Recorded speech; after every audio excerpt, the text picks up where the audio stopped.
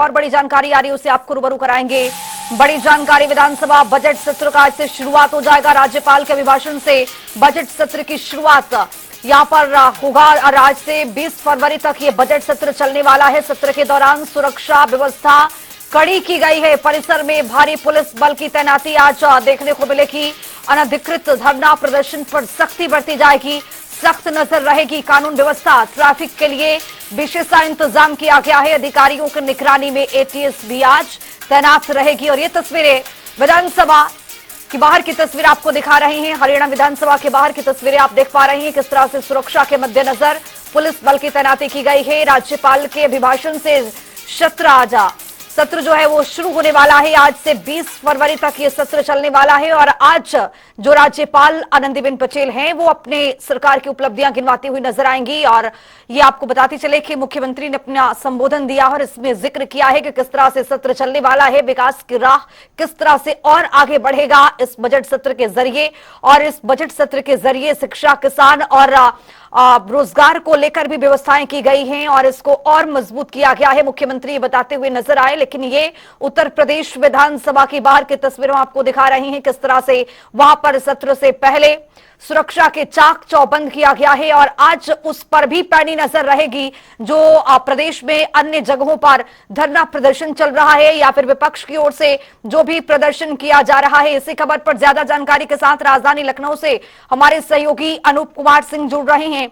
अनूप, अभी संबोधन हुआ, मुख्यमंत्री ने सत्र से पहले अपना संबोधन दिया है, जिक्र किया है उसमें कि विपक्ष की भूमिका किस तरह से होनी चाहिए, चूंकि जो बजट आ रहा है विकास की राह को और अग्रसर करेगा। और ये तस्वीरें एक और देख पा रहे हैं विधानसभा के बाहर किस तरह की तस्वीरें निकल करके सामने आ रही है। जो भारी पुलिस बल की तैनाती है, क्या अपडेट आता हुआ? देखिए खुशबू, आज विधानसभा सत्र का पहला दिन है। समाजवादी पार्टी के विधायक और कांग्रेस की सीएलपी लीडर मोना मिश्रा लगातार प्रदर्शन कर रही थी। मैं देख रहा था लगातार तमाम जो विधायक हैं, देखिए किस तरीके से विधानसभा के बाहर उनका प्रदर्शन लगातार जारी है। अलग अलग मुद्दों को लेकर के, चाहे वो एसआईआर की बात करें या फिर बनारस में जो अहिल्याबाई का अपमान को लेकर के इनका कहना है कि नहीं सहेगा हिंदुस्तान मां अहिल्याबाई का, ये सब चीजें को अलग अलग तरीके से यहाँ पर प्रदर्शन चल रहा है। तमाम जो समाजवादी पार्टी के जो विधायक हैं, क्या मांग है और आप ये लेके आए हैं कि मां अहिल्याबाई का अपमान नहीं सहेगा हिंदुस्तान? जी, इस सरकार में महिलाओं का अपमान हो रहा है, अहिल्याबाई का भी अपमान हो रहा है और बेरोजगार नौजवान, भ्रष्टाचार इस तरह चरम सीमा पर बढ़ा हुआ है। सरकार की उचित नहीं रही है, सरकार अपने में मस्त है। हम लोग इसी जनता के मुद्दों को लेकर के आज यहाँ पे प्रदर्शन कर रहे हैं और विधानसभा के अंदर भी प्रदर्शन करेंगे, जनता की आवाज को बराबर उठाते रहेंगे। क्या क्या मुद्दे रहेंगे इसके अलावा? देखिए, बेरोजगारी, महंगाई, स्वास्थ्य, शिक्षा और नारी सम्मान, सारे मुद्दे, सब मुद्दों पर सरकार फेल है। और जो एसआईआर इस समय सरकार करा रही है, जानबूझकर सुनियोजित और षड्यंत्र के तहत तमाम नाम काटने के लिए कई हजार नाम जो है वो फार्म दे रही है और सब फार्म एक एक साथ एक व्यक्ति 1.5 200 फार्म लेकर के जा रहा है नाम कटवाने फार्म 7 के आधार पर, जबकि फार्म 7 का कोई औचित्य नहीं है। केवल फार्म 6 लेकर के नाम बढ़ाने का काम करना चाहिए। लिस्ट जारी होने के बाद 7 का कोई औचित्य नहीं है और सुनियोजित ढंग से ये सरकार और भाजपा के लोग कुछ चिन्हित लोगों के नाम कटवाना चाहते हैं। इसके तहत फार्म 7 का दुरुपयोग कर रहे हैं। इसके लिए ये समझिए कि इस तरीके से लगातार समाजवादी पार्टी के विधायक आप दिखाएंगे किस तरीके से प्रदर्शन कर रहे हैं। आराधना मोना मिश्रा जी हैं, आप प्रदर्शन करने पूरे आई हैं, आप समाजवादी पार्टी के विधायक थे, आप भी प्रदर्शन कर रही हैं।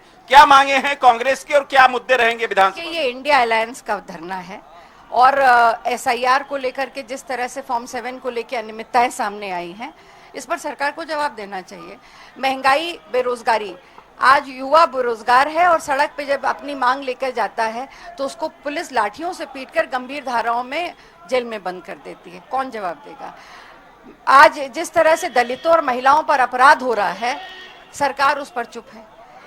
लगातार हम ये मांग करते आए हैं कि सरकार किसानों की समस्याओं को सुने, पर केवल भाषण देने से और बड़े बड़े आंकड़े प्रस्तुत कर देने से उत्तर प्रदेश की 25 करोड़ की जनता का भला होने वाला नहीं है।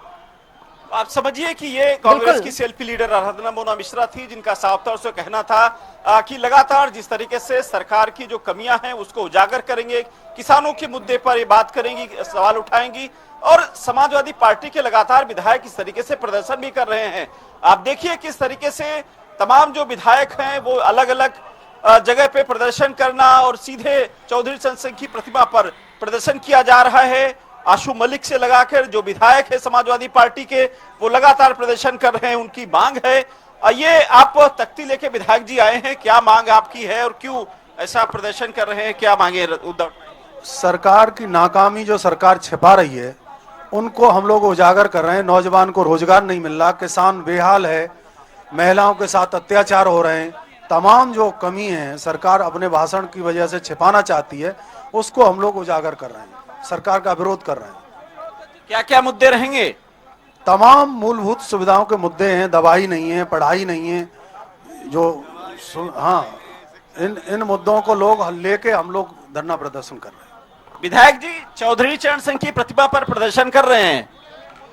चौधरी चरण सिंह की प्रतिमा पर हम लोग प्रदर्शन कर रहे हैं। आज से बजट सत्र चालू हुआ है, लेकिन 4 साल समाप्त हो चुके हैं। अब पांचवा ये बजट आ रहा है, तो योगी सरकार में ब्याज भ्रष्टाचार है, न किसानों की सुध है, न गरीबों की सुध है, न मजदूरों के बारे में सोचा जा रहा है।